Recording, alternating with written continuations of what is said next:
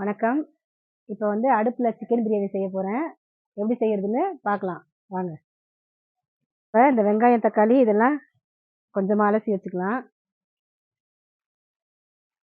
இப்போ வந்து இத நம்ம கட் பண்ணிக்கலாம். அடுத்தது தக்காளி வெட்டலாம்.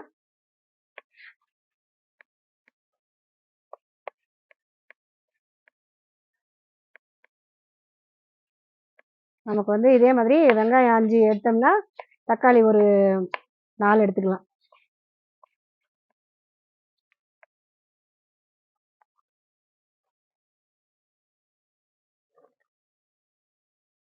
பிரியாணிக்கு இஞ்சி, பூண்டு வந்து அம்மியில நசுக்க போறேன். அம்மியில செஞ்சா நசுக்குனா ரொம்ப நல்ல டேஸ்ட்டா இருக்கும்.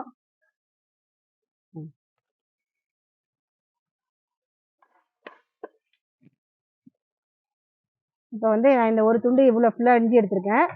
இதுக்கு பாருங்க, ஒரு குட்டி சின்ன பல்லு பூண்டு வந்து 20 பல்லு வச்சிருக்கேன்.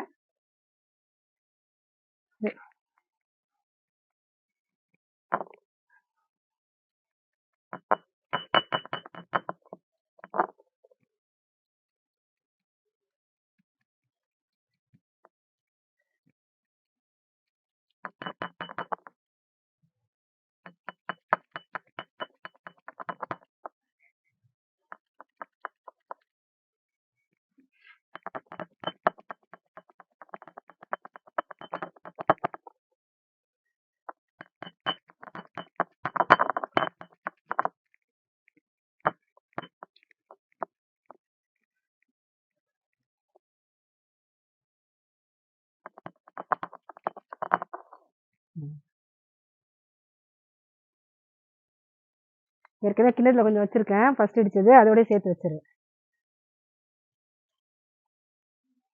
இப்போ வந்து சிக்கனை நல்லா அலசிக்கணும்.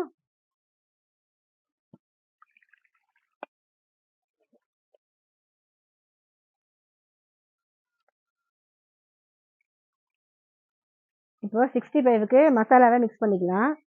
ஃபஸ்ட்டு வந்து இதுக்கு தேவையான அளவு கார்ன்ஃப்ளவர் மாவு, 65 மசாலா ஒரு 3 ஸ்பூன் போட்டுக்கிறேன்.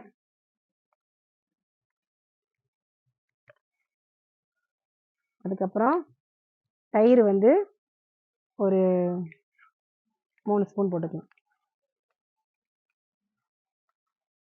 அப்புறம் இஞ்சி பூண்டு, நசுக்கின இஞ்சி பூண்டு ஒரு ஸ்பூன் அளவு போட்டுக்கலாம்.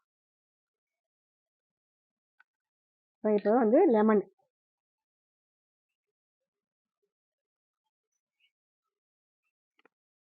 ஒரு ஆஃப் லெமனை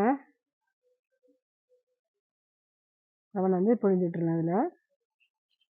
அதில் வந்து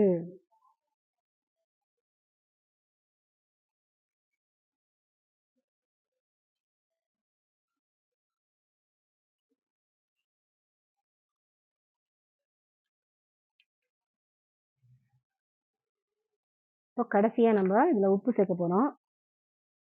அவ்வளோதான், இதை முடிஞ்சிச்சு. இதை கொஞ்சம் நல்லா மிக்ஸ் பண்ணிவிட்டு கடைசியாக உப்பு சேர்க்கணும். இப்போ இதை மிக்ஸ் பண்ண உடனே நம்ம இப்போ கடைசியாக வந்து நம்ம உப்பு போட்டுடலாம். உப்பு வந்து ஒரு 1/2 ஸ்பூன் அளவு உப்பு, ரொம்ப போட வேணாம். நீங்கள் பொரிச்சு பார்த்துட்டு ஒன்று சாப்பிட்டு பார்த்துட்டு கூட அப்புறம் நம்ம போட்டுக்கலாம். ரொம்ப அதிகமாக இருந்ததுன்னா அப்புறம் அதில் மறுபடியும் மாவு மிக்ஸ் பண்ணணும். அதனால இப்போயே வந்து கம்மியாக போடுறது நல்லது.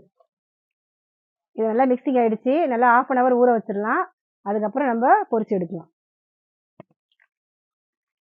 பொரிக்கிறதுக்கு தேவையான அளவு எண்ணெய் ஊற்றிடுறேன்.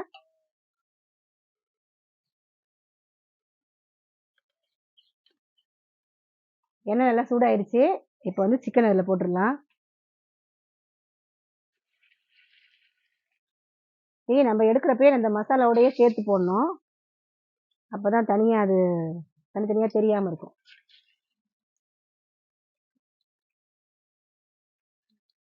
இத்தனை கும்பல் அப்படியே கூட்டம் கூட்டமாக இதுவாக அப்படியே ஒட்டி ஒட்டி போடக்கூடாது, தனித்தனியாக போடணும்.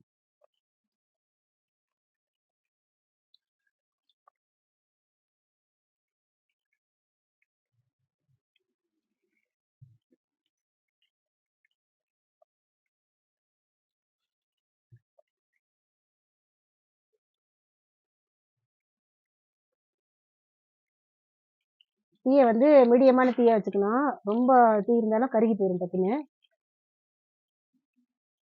நம்ம ஸ்டவ்னா சிம் பண்ணி வச்சுக்கலாம். அடுப்பை வந்து கொஞ்சம் மீடியமாக எறி விடணும்.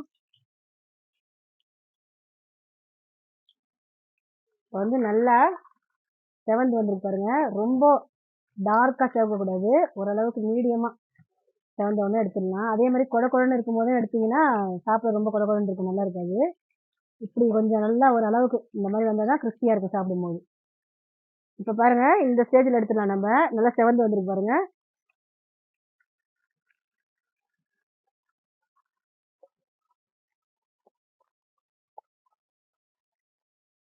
ரொம்ப கருப்பாக விடாம எடுத்துடணும்.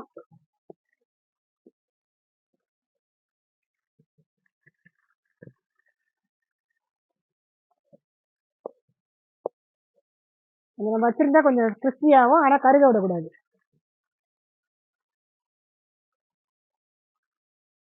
சூப்பராக ரெடி ஆயிடுச்சு 65. இந்த கலரில் வரும்போது எடுத்தால் தான் சூப்பராக கிறிஸ்பியாக நல்லாயிருக்கும். பிரியாணி செய்கிறதுக்கு எண்ணெய் காஞ்சிருச்சு. இதில் வந்து இந்த மசாலா பொருளை போட்டுருவேன். அடுத்தது இந்த வெங்காயம்,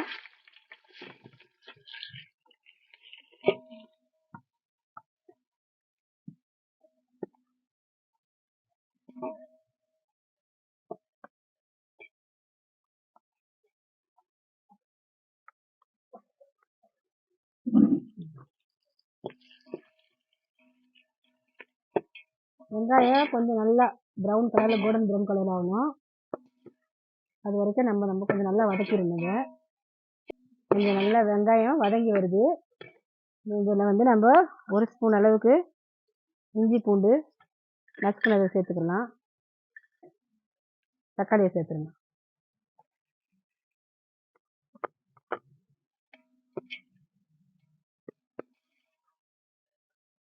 தக்காளி வந்து சொன்னல 4 வெங்காயம்னா ஒரு 2 தக்காளி சேர்த்தா போதும்.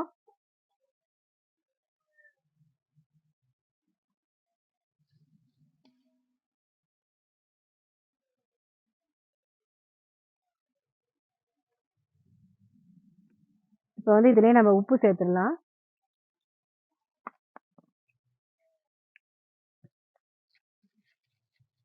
கல் உப்பு இதுலேயே சேர்த்துடுறேன்.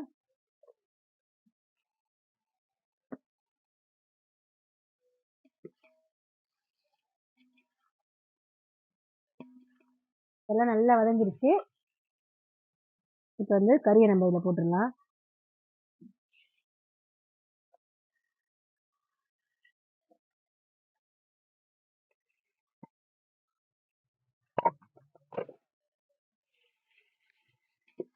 உப்பு போட்டுட்டோம். இந்த கறி கொஞ்சம் அந்த உப்புல அப்படியே வதங்கிட்டோம்.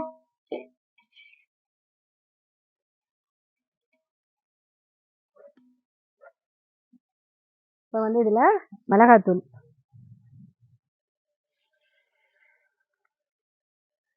தனி மிளகாய்த்தூள் வந்து ஒரு 3 ஸ்பூன் சேர்த்துடுறேன்.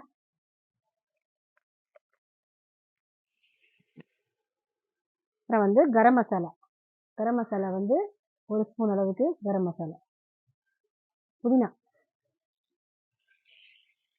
நான் ஏற்கனவே அலசிட்டேன். இப்போ இந்த சிக்கன் வேகிறதுக்கு மட்டும் தண்ணி ஊற்றிடுறேன்.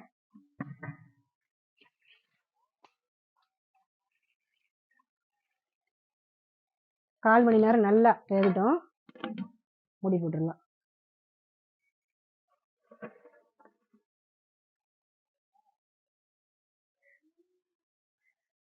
நல்லா பாருங்க, கறி நல்லா வந்திருக்கு. வந்து பாஸ்மதி அரிசி வந்து நான் 3 டம்ளர் எடுத்தேன்.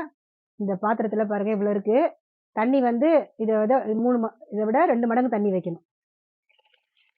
நம்ம வந்து இதில் தம் போட்டு அப்படியே ஒரு 10 நிமிஷம் கழிச்சு திறந்து பார்க்கலாம்.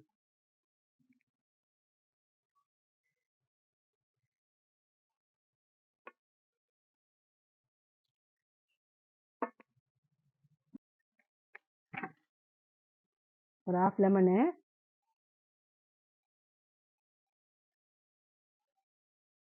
நெய் ஒரு 3 ஸ்பூன் விட்டுறேன்.